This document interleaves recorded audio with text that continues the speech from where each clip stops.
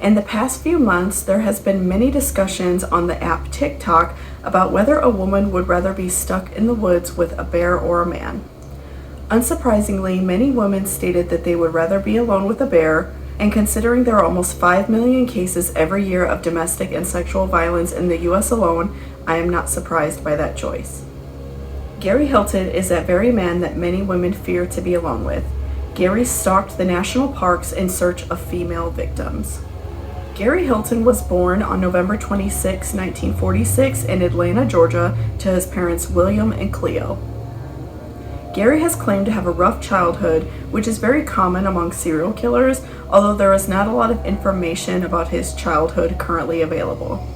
Gary enlisted in the Army in 1964 and quickly became a paratrooper, but he was honorably discharged just a few years later in 1967 after he began showing signs of schizophrenia. He returned home in 1967, and over the next few years he married and then divorced to his first wife named Sue. He also moved a few times as well. He was already displaying his tendency to be abusive to women and to be a drifter. Gary began his criminal activity in 1972 when he was convicted and charged with a DUI, and his crimes escalated from there. In 1983 began the drug charges, which also escalated into violence when he started carrying a gun regularly. In 1979, Gary married a woman named Betty Sue Edwards Galloway, and they divorced in the same year.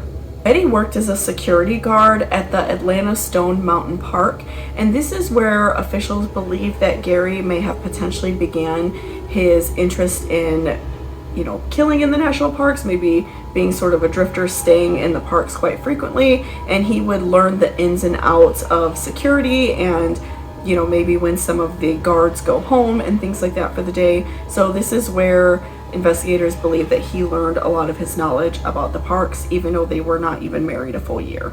Over the next 15 years, Gary is discharged with 21 counts of solicitation and continually moved around. And by this time, he was married and divorced several times as well. He was also arrested in 1995 for stealing books from his job at a book display company and selling the books at the flea market. Fortunately for Gary, and unfortunately for the rest of society, he continued getting away with smaller crimes for a very long time, which is very common among serial killers. They are able to get away with so much until they cross that line and do something truly horrible. This is where our justice system fails us. We continue to keep so many people in prisons for small drug charges or nonviolent crimes and allow continued criminals to be let go very easily.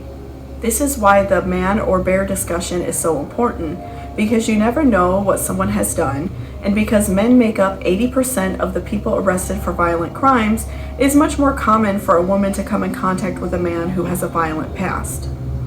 Local police were notified because the couple was in their late 80s and their family was worried that they may have been injured on their hike. The couple were avid hikers, but they always came back on time and kept in contact with their loved ones.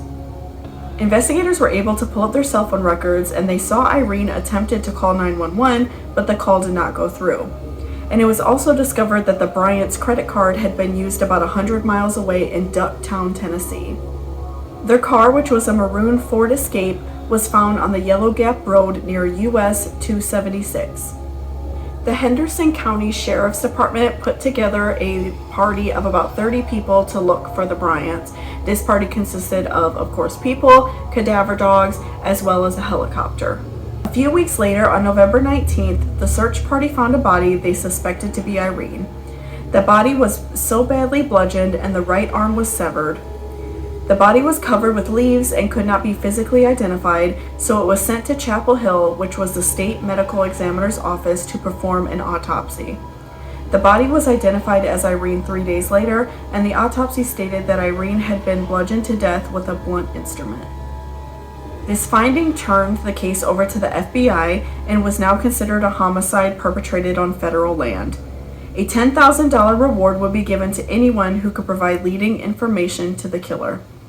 At this time, John was still considered a missing person who was possibly abducted by whoever had killed his wife. Months later, on February 3, 2008, a man named Mark Waldrop, who was hunting in the Nahala National Forest, discovered a skull on a Forest Service road known as the Switchbacks. Mark alerted the authorities, and a pelvis and the spine were located about 20 yards from the skull.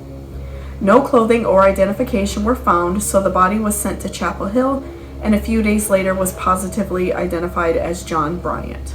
While the authorities in North Carolina were searching for the Bryants, a man named Ronnie Rentz was a hunter out on the Appalachia National Forest with his dogs. On December 17, 2007, he discovered a body of a woman who had been decapitated and was badly decomposed. Ronnie immediately reported the finding to the authorities, and the body was sent to a medical examiner. The body was identified as a 46-year-old woman named Cheryl Hodges Dunlap, who had been missing for 13 days. Cheryl did not appear to her Sunday school class that she taught on December 3rd, and this was very unusual for her. Her family reported her missing the following day when her white Toyota Camry was located. Within 5 days, a search party of around 180 people were organized to help locate her. The medical examiner was able to confirm that Cheryl's death was a homicide, and at this time the police were on the lookout for a green truck that was seen around town. The green truck was driven by a man who was seen on surveillance using Cheryl's debit card several times at different ATMs. The man pulled out over $700 from her account. The sheriff's office also denied that Cheryl was the victim of a serial killer who had been active between Georgia and Florida. On January 1st, 2008, a 24-year-old woman named Meredith Hope Emerson decided to celebrate the new year by going on a hike with her dog Ella on the Freeman Trail on Blood Mountain in Georgia's Vogel State Park. Meredith did not return home from her hike that day, and a few days later, on the 3rd, her 1995 Chevrolet Cavalier was located. In the vehicle, Meredith's water bottle, a dog leash, and a police baton were found. Police began questioning witnesses who stepped forward when Meredith was announced as a missing person. These witnesses claimed that an older man with his dog were following Meredith on her hike. That very same day, Gary's name was revealed to the police by fellow parkgoers. Gary was known to walk his dog Dandy all along the trails, and he was known as being very aggressive and somewhat violent with the other campers and people who like to hike. So he was reported, and the police immediately put out an APB to speak with him. The following day, Ella was found at a Kroger's parking lot and returned to Meredith's family. On January 5th, investigators located Meredith's blood-soaked clothing, wallet, driver's license, school ID, and a blood-stained seatbelt in a dumpster in a Quick Trip parking lot in Cumming. That same day, Gary was arrested due to phone tips the police received after he was seen vacuuming his truck out at a local car wash. And what is so scary about men like Gary and other serial killers is he thought that he was so much smarter than police and so much smarter than the people who were looking for him, because he was just at a local car washing place vacuuming out his car like it was no big deal, and they weren't looking for him. So he clearly thought that he was going to continue to get away with this and wasn't really even trying to hide. Gary was arrested and initially booked at the county jail, where he was charged with kidnapping due to the evidence found. But of course, at this point, there was no body. Investigators searched his 2001 Chevrolet Astro because it was reported several times by witnesses at state parks. It was discovered that his vehicle was missing the rear seatbelt, which matched the seatbelt found along with Meredith's personal belongings in the dumpster. Gary was moved to a federal prison in Atlanta, and the search for Meredith's body began in the Chattahoochee National Forest. Gary entered a plea deal where the death penalty was dropped if he agreed to reveal where Meredith's remains were left. He led investigators to the Dawson Forest Management Area, where Meredith's body was found decapitated. The coroner was able to determine that this was done post-mortem in an attempt to prevent identification. Gary claimed that he abducted Meredith to steal her bank card. He then bludgeoned her to death with a tire iron. He pled guilty to the murder and was sentenced to life in prison with the possibility of parole after 30 years. In 2009, a hiker found a campsite that was believed to belong to Gary, and this was reported to the Florida authorities. The camping supplies were swabbed for forensic evidence and linked to Cheryl Dunlap's murder. Gary attempted to dispute his extradition, but he was still transferred to Leon County to await trial. Gary was awarded 2 public defenders that specialize in capital murder cases, which I think is so frustrating that our government allows somebody who is on trial for another murder after they've already been sentenced to life in prison for another one to get off another murder, which they found his campsite, they found all these remains that were linked to him. So I think it is quite disgusting that he was able to receive this help. Gary's defense team claimed that there was no forensic evidence that he committed the murder, while the prosecutors claimed that Gary kidnapped Cheryl and held her in the Leon Sinks geological area, which is an expansive underwater cave system. Gary held Cheryl captive for 2 days before killing and decapitating her. He attempted to eliminate potential evidence by incinerating her head and hands in a fire pit and dumping her body in the forest. After the jury listened to the recording of Gary confessing to the murder and attempting to distance himself from Cheryl's body, they found him guilty on 3 of the 4 charges with the recommendation of the death penalty. On February 22, 2011, Gary was sentenced to the death penalty and was sent to Florida's death row.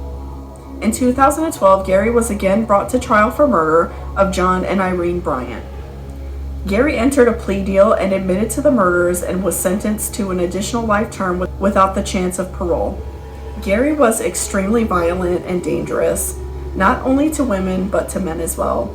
He would murder women for their bank cards, and in the case of the Bryants, he held John captive for a short time to extort bank information after killing Irene on the spot.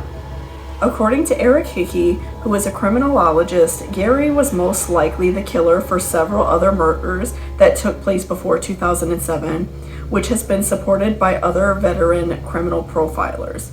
Previously, it was thought that Gary did not begin murdering before his 60s, but that has now gone into disbelief, as they do believe that he was an active murderer for quite some time.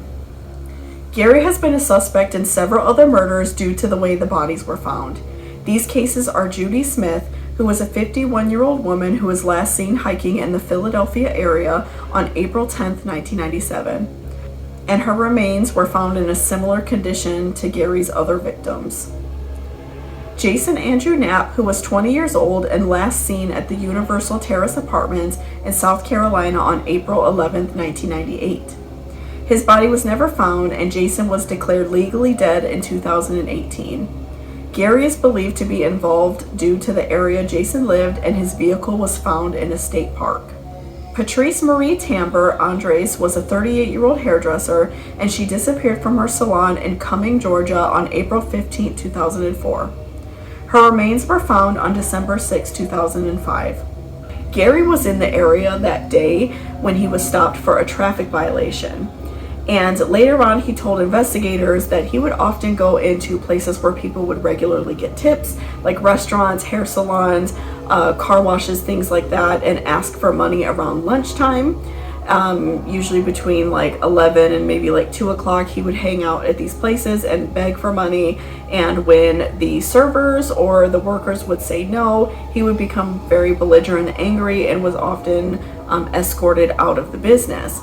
So investigators believe that he potentially went into Patrice's hair salon and asked her for money. She most likely said no, or even if she did give him some, because he was so violent, he probably would have hurt her anyway. And it was such a short time frame that she went missing. It was between like 11:37 and like 11:50 a.m. So Gary would have been in and out taking her. So then that was like when her last client saw her till the next person came in and the time for their appointment. So Gary moved very quick. They have not been able to fully place this murder on him, but it is believed that he most likely murdered Patrice.